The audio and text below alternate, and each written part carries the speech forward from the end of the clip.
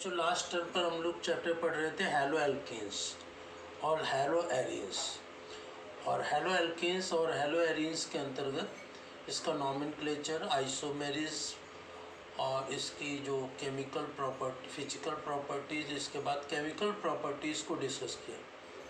तो chemical properties कौन कौन सी होती ये हम लोग डिस्कस कर चुके थे, जो एलिफेटिक की थी।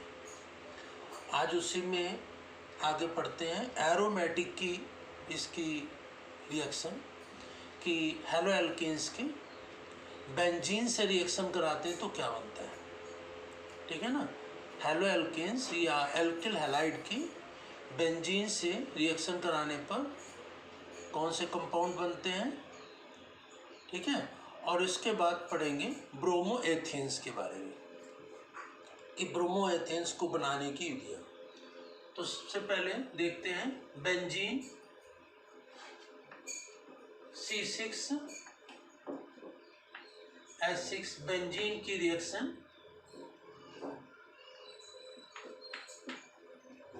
क्लोरोमेथेन से कराते हैं AlCl3 की प्रेजेंस में। AlCl3 की प्रेजेंस में बेंजीन की रिएक्शन कराते हैं तो इसमें बन जाता है क्या,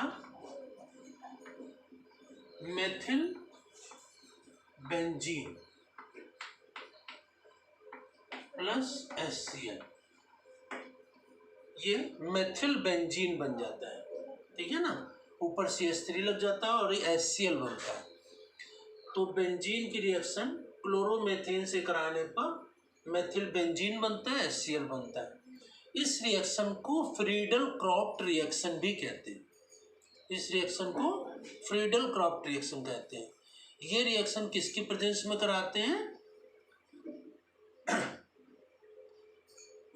एल्युमिनियम क्लोराइड की, एल्युमिनियम क्लोराइड की प्रेजेंस में ये रिएक्शन कराते हैं। तो ये ध्यान रखना होगा, एल्युमिनियम क्लोराइड की प्रेजेंस में हम क्लोरो एल्कीन, कोई भी एल्केन, क्लोरो एल्केन की रिएक्शन बेंजीन से कराते हैं तो ये मेथिल बेंजीन बनता है।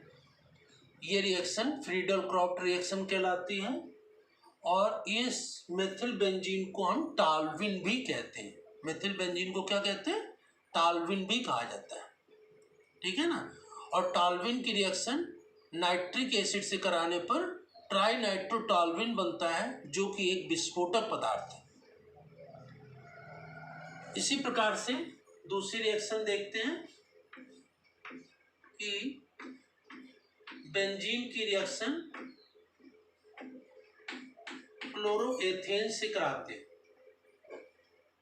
क्लोरोएथेन से कराते हैं तो क्या बनता है, AlCl3 की प्रेजेंस में। तो ठीक उसी प्रकार से यहाँ पर C2H5 और HCl बन जाएगा, ठीक है। तो ये बनेगा एथिल बेंजीन, ठीक है, एथिल बेंजीन। और बना मेथिल बेंजीन क्योंकि क्लोरोमेथेन से कराया, यहाँ पर क्लोरोएथेन से करा रहे हैं तो एथिल बेंजीन प्राप्त होगा और HCl प्राप्त होता है। तो इस प्रकार से ये फ्रीडल क्रॉफ्ट रिएक्शन, ठीक है ना। फ्रीडल क्रॉफ्ट रिएक्शन में बेंजीन की रिएक्शन हैलो एल्केन किसी भी से भी करा दें एल्युमिनियम ट्राइक्लोराइड की प्रेजेंस में, ठीक है ना। तो ये फ्रीडल क्रॉफ्ट रिएक्शन कहलाती है, ठीक है। तो ये फ्रीडल क्रॉफ्ट रिएक्शन। इसके बाद ये जो हम लोगों ने रिएक्शन पढ़े, मोनो हैलो एल्केन्स पढ़े, mono halo alkenes. Mono halo alkenes मतलब सभी में एक हैलोजन लगा हुआ है, ठीक है ना। जितने भी रिएक्शन हम लोगों ने पढ़े हैं सभी में एक हैलोजन लगा है। इसमें भी देखिए एक हैलोजन लगा हुआ है, तो ये मोनो हैलोजन एल्केन्स है। तो मोनो हैलोजन एल्केन्स की केमिकल प्रॉपर्टीज हम लोगों ने स्टडी की। आज ये फ्रीडल क्रॉफ्ट रिएक्शन पढ़ा और इसका यूज किस में किया जाता है, मोनो हैलो एल्केन्स का। तो मोनो हैलो एल्केन्स का विभिन्न कार्बनिक यौगिकों के संश्लेषण में, सिंथेसिस में किया जाता है। इससे हम लोगों ने लास्ट टाइम पर ग्रिग्नोल्ड रीजेंट भी बनाया था और ग्रिग्नॉल्ड रीजन से कई सभी लगभग कार्बनिक यौगिकों का निर्माण होता है, तो इससे हम ग्रिग्नॉल्ड रीजन भी बनाते हैं।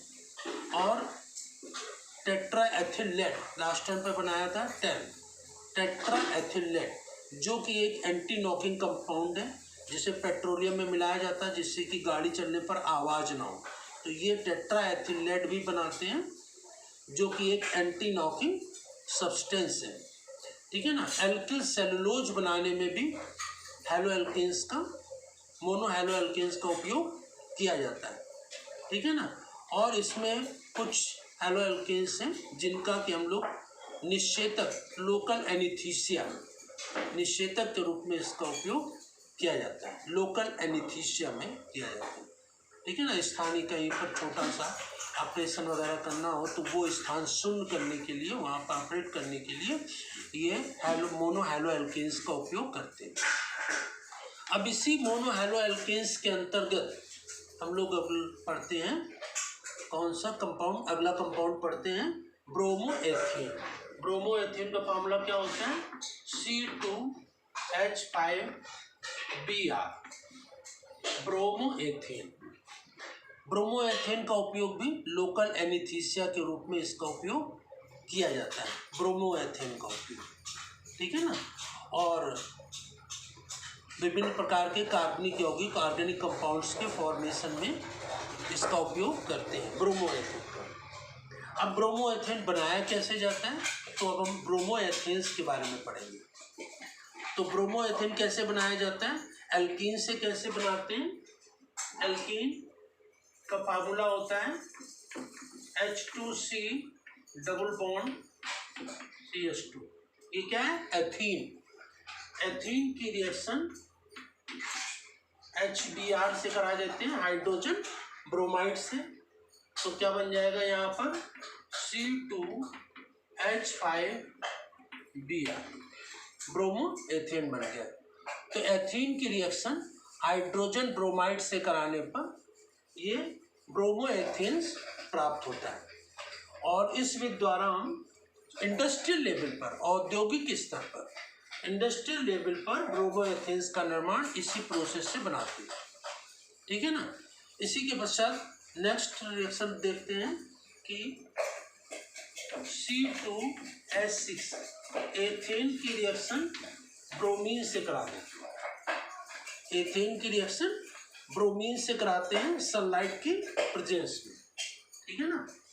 इसमें सनलाइट की प्रेजेंस में कराते हैं तो क्या बन जाता है C2H5Br प्लस HBr, ठीक है ना। एथेन की रिएक्शन ब्रोमीन से सनलाइट के प्रेजेंस में कराते हैं तो ब्रोमोएथेन प्राप्त हो जाता है।